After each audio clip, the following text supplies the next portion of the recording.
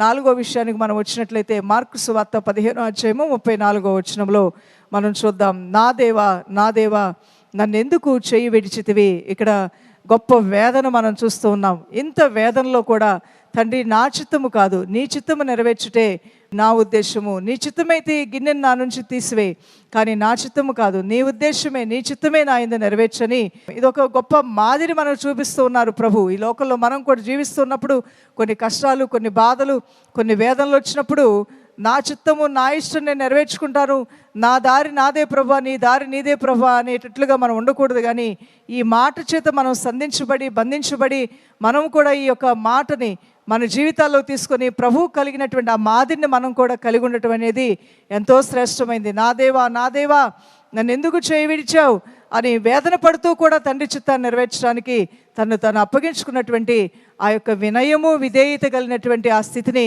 మనం ప్రభు అయిన దేవునిలో చూడగలుగుతున్నాం. దయచేయమా.